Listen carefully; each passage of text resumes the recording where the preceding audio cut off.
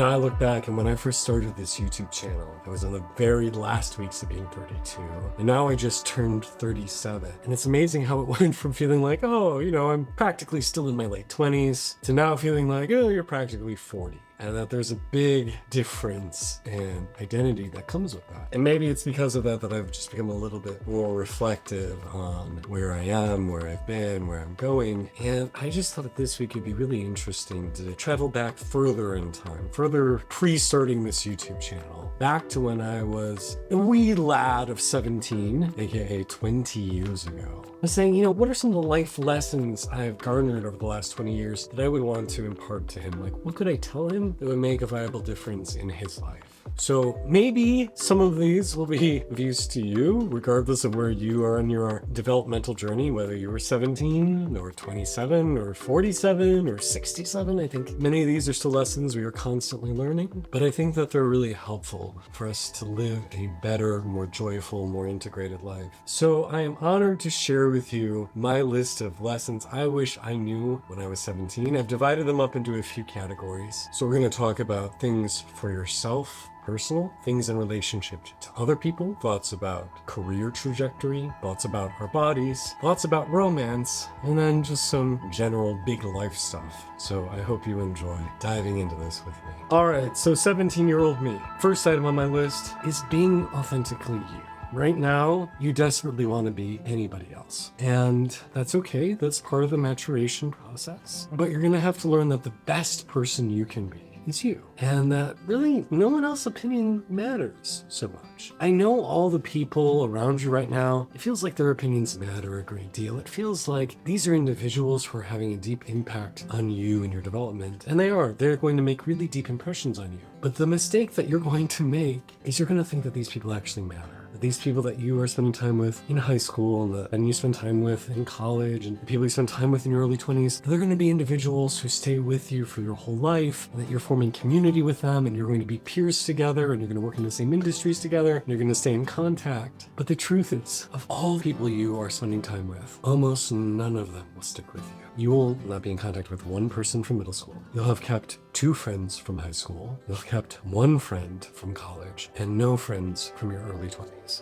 Let that sink in for a moment. All of these people you're investing time and energy and thoughts into, really caring about what they think and getting their approval and trying to prove yourself to them, none of them are going to be around. So instead of trying to impress them, instead of trying to be the person you think they want you to be, or your parents want you to be, or some guidance counselor thinks you should be, instead start to say, who do I want to be? And realize that that's possibly the most powerful thing you could discover and lean into. So let's talk about jealousy. Right now, jealousy is a feeling you have very, very intensely. You look at people around you and they're smarter, they're more attractive, they've got better bodies, they're more talented, they win more awards, and that's going to eat you up inside because you feel like if you can't be the best, then you're worth nothing. And what I want to encourage you is to realize that there are always, everywhere, going to be people who are smarter, more talented, more successful, have better bodies, are more attractive than you. The goal is never to be the best. The goal is to be really good to the capacity you are able to be and to celebrate other people's gifts. That when somebody has something that's exceptional, we celebrate it with them rather than feeling like we're less because they're shining. When you can get to the point, you say, hey, this is not my gift, but I celebrate that it is yours. And I may not be the best, but I'm doing pretty darn good. You'll be in a much happier state of being. Let's also talk about victimhood. Right now, you love the identity of being a victim. You love wearing that mantle of victimhood. Oh, I was an innocent bystander and they did something horrible to me. And it feels really good to adopt that vantage of being a victim because it means you're innocent, you bear no culpability,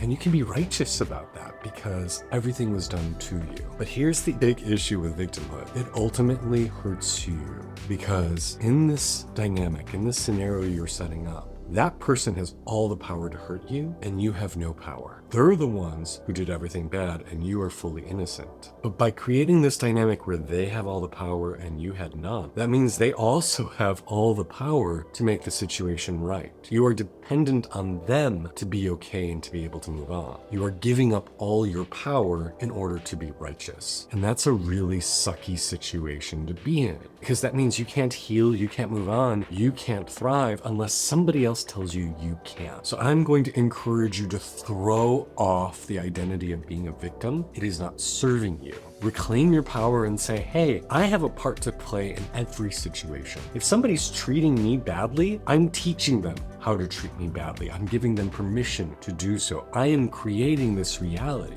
And I can choose to have a different outcome. I can choose to behave differently. I can choose to change my internal vibration and attract different situations. I am no longer a victim. I'm a co-creator in my reality, and therefore I can choose a different situation to live in. Until you let go of being a victim, you're gonna feel like the world is trampling on you. When you finally admit, hey, I created this situation, I called this experience into existence, and I can choose differently by changing my own internal situation, my internal vibration, then you'll no longer be being hurt because you are no longer a victim. So let that go. And on a very similar note, let's talk about forgiveness. Forgiveness isn't about the other person. The other person doesn't really give a shit whether you forgive them or not. Forgiveness is a gift you give yourself. Because when you're feeling that hatred and anger and resentment and rage inside because somebody else did something, it's burning you up. You're the one who's getting hurt. They don't give a flying fuck how you feel. So forgiving them has very little to do about their needing to accept it or, they've become a better person and that's why you're able to forgive them. No. Forgiveness is the permission you give yourself to move on and to say this person no longer has authority over me and my feelings. I am blessing and releasing them. I'm acknowledging that we all have challenges. We all have difficulties. If I were living their life, I probably wouldn't be behaving all that differently. But that I forgive freely and easily, because in doing so, it makes me free.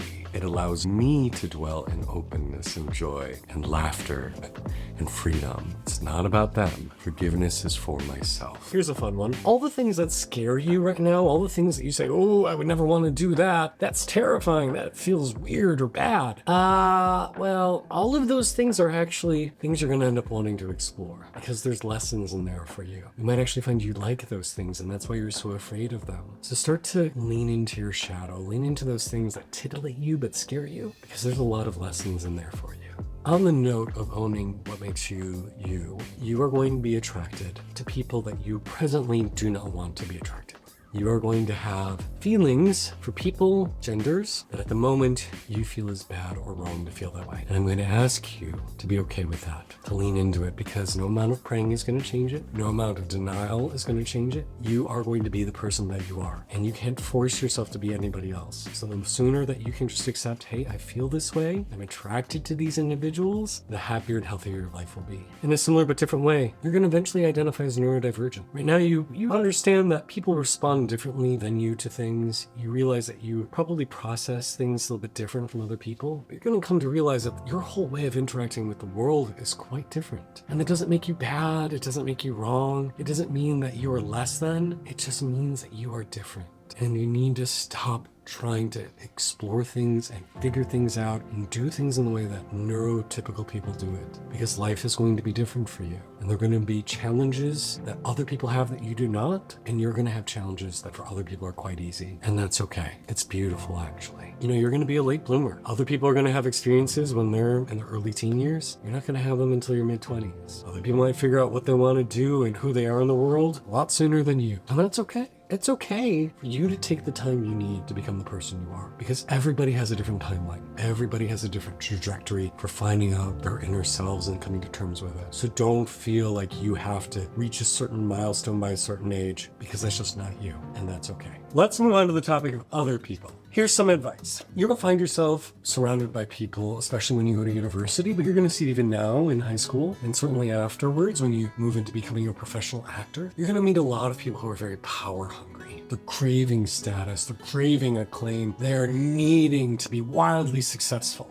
When you encounter somebody where ambition is the sole focus of their life, they need to be rich, they need to be famous, they will never treat you well. Because at the end of the day, their ambition will trump everything and everyone. They will do whatever they need to whoever they need to get to where they want to go. That means you will never be a priority to them. Your well-being will never factor higher than their ambition. So do not waste time on people who are desperate for acclaim and status, because they will never, ever give you what you need to thrive. On a similar but different note, please do not trust people who love bomb you. If you meet someone and immediately they're like, oh my God, you're amazing. You're the best we've ever seen. I love you. You're wonderful. Come join us. We have a home for you. We want you to be our best friend. And they know nothing about you. Although that can feel really affirming, those people do not have your best interests at heart. Those people are probably malignant narcissists. Those people might be leading a cult, which you might be prone to joining because they make you feel special and loved. Real people take time to get to know you. Friendship, trust, and love takes time to build. And if someone comes from out of the blue and tells you that they love you and you're perfect and you're amazing, and there's no reason for them to be backing that up, step away, because they do not have your best interests at heart. On a very similar note, don't trust zealots. If somebody is obsessed with something, whether it's meditation or veganism or CrossFit or whatever, if their whole life surrounds this one idea and they say this one ideal will bring lasting happiness and joy to you and to the entire world, and if you just do this thing, you too will be happy, they are not living a balanced life, and they're going to lead you down a path that brings you into a state of imbalance. So if somebody is obsessive about something, anything really, take a hard look and probably take a step back. Also with other people, cruelty is never justified. If somebody is treating you poorly, I don't care if they tell you it's for your benefit because they love you or they're teaching you something, or it's the grace of God being delivered through a very mean thing. If someone is treating you poorly, walk away. I don't care how beneficent they tell you they're being. If they're hurting you, that's not for your good. That ends up leading down the road to something called Stockholm Syndrome, where you end up loving the people who are hurting you most and seeing their hurt as a form of love. So when you see that happening, please step away and you'll avoid years of pain. I would also encourage you to listen to people's actions more than their words. People can say great things. They can talk a good game. They can talk about love and kindness and generosity. That's nice. But how do they act? How do they treat others? Are they treating other people with respect, love, generosity? Talking the talk is easy. Walking the walk is much harder. And if you only listen to people's good intentions, you're not going to get a full picture of who they are. So don't just listen to them, watch them closely. Here's one that's going to be really hard for you. It's very, very difficult to change somebody's mind about you once they've made a strong first impression. You're going to expend a lot of energy trying to change people's opinions about you. People you went to school with, people who meet you at a very developmental phase in your life. And you're going to grow and change. They're not going to be able to see that. And you're going to get your feelings hurt, and you're going to try so hard to make them see you in this new way, but it's not just possible. So when you find that you've grown, try to move into a new space, move to a different city, find a new friend group, find a new job, allow people to see you as you are rather than as you have been. I'm actually going to share with you a quote from a book series that's going to become your all-time favorite. It's called The Wheel of Time. So when somebody recommends you read it, listen to them. It's going to change your life. One of the characters say, "How people see you first is what they hold hardest in their minds. It is the way of the world. You can step down from a throne, and even if you behave like a farmer in a pigsty, some part in each of them will remember that you descended from a throne. But if they see you only as a young man first, a countryman, they will resent him stepping up to his throne later, whatever his right, whatever his power." Changing minds is very, very difficult. So right now, I know you really want to have a sense of acceptance from a lot of people. You think the more people who love you and accept you, the happier you'll be. But the truth is, you're going to have maybe 3 to 5 really close relationships in your adult life. You're going to have 3 to 5 really good friends. And actually, that's a lot. Most people aren't so lucky. So rather than focusing on quantity, focus on quality. When you find somebody who speaks to your heart and makes you feel good, and you like the person you are around them, like, that's key. If they bring out the best side of you, hold those people tight and don't let them go, because those are really the only people whose opinions truly matter. One more thing with other people. If you meet someone or anyone who's not very good at having difficult conversations, that when conflict comes up, they'd rather not talk about it, that they don't want to discuss the discomforts within themselves or within people around them, do not invest in these people. Because I don't care how amazing they are, how much you laugh together, how much you have in common. If they cannot have uncomfortable conversations with you, when the road gets hard, they will abandon you because they are unable to handle it. And I don't care how perfect and amazing a relationship is, every good relationship goes through difficult times. And if somebody is unable to deal with those difficult times, they will not be able to last. So when you see flags that somebody cannot talk about something difficult, step away. because they're going to fall short when it matters most, and you don't want to be left in the lurch. So let's talk about your career. It's not going to go the way you think. I know you have this plan written up in your locker of all the milestones you're going to achieve by a certain age. Honey, life is not going to go any of the directions you think. You're not going to be working in the industry or the type of roles or with the people that you could even fathom right now. So I invite you to let go of planning and just say yes. Say yes to change, say yes to what inspires you, say yes to letting your heart lead you down roads that you're curious about, because things are going to be different than you anticipate. Life is not going to be linear. It's not going to progress in a way that feels like something you could plot out. So learn to become comfortable with change and let go of expectations. Also, success is going to look very different than you think it is. Right now, you have a very limited idea of what success looks like. It looks like a certain award or a certain job title or a certain level of income or a certain number of projects you're working on. But success is going to come to mean something very different. It's going to come to be based on the lives you're affecting, the hearts you're changing, the people you're connecting with, and the amount of impact you're having. So let go of success needing to be an award, an Academy Award, a Nobel Prize, getting, president of something, and instead be open to possibilities. I think it's also important you let go of timeline. Hey, puppy. You don't need to be a success by the time you're 25. You don't need to be a success by the time you're 30 or 50. Things take the time that they take. It's important that you learn to just enjoy life. Have fun. Don't be so obsessed. I know there's this big pressure of if you haven't succeeded by the time you're 18 or 22, then you're over the hill and you haven't made it. Let that go. Things take the time it takes, and that's beautiful. In fact, the most productive period of people's lives are actually in their 60s and 70s. So there's no rush in, honey. You'll figure it out. So let's talk about romance. Right now, you're really afraid of dating. And I'm going to say, just let that go. Just go have fun. Don't worry about needing to figure things out. Don't worry about needing to know what you feel. Just go have human connection, because human connection is what makes life worth living. It brings us all the good joy that we feel. So just go be silly. Don't worry about making things right. Just go explore. And when you find somebody amazing, don't worry, you're going to know. You'll know when you find the person who's right for you, because you're going to recognize it right away. And if you get to a point where you start to wonder, is there something wrong with you? You're not being able to commit to relationships because you feel like there's something off? You're not broken. Just trust that. You're waiting for the person who feels right. And when you find them, they're going to think that even your most eccentric, broken, weird bits are delightful. So if you find somebody who belittles you or tells you you're wrong or bad or need to change, they're not for you, because the person you end up with is going to think you're amazing, and they're going to celebrate you in your totality. So don't let anybody you date tell you you are broken or bad or wrong, because there is someone made for you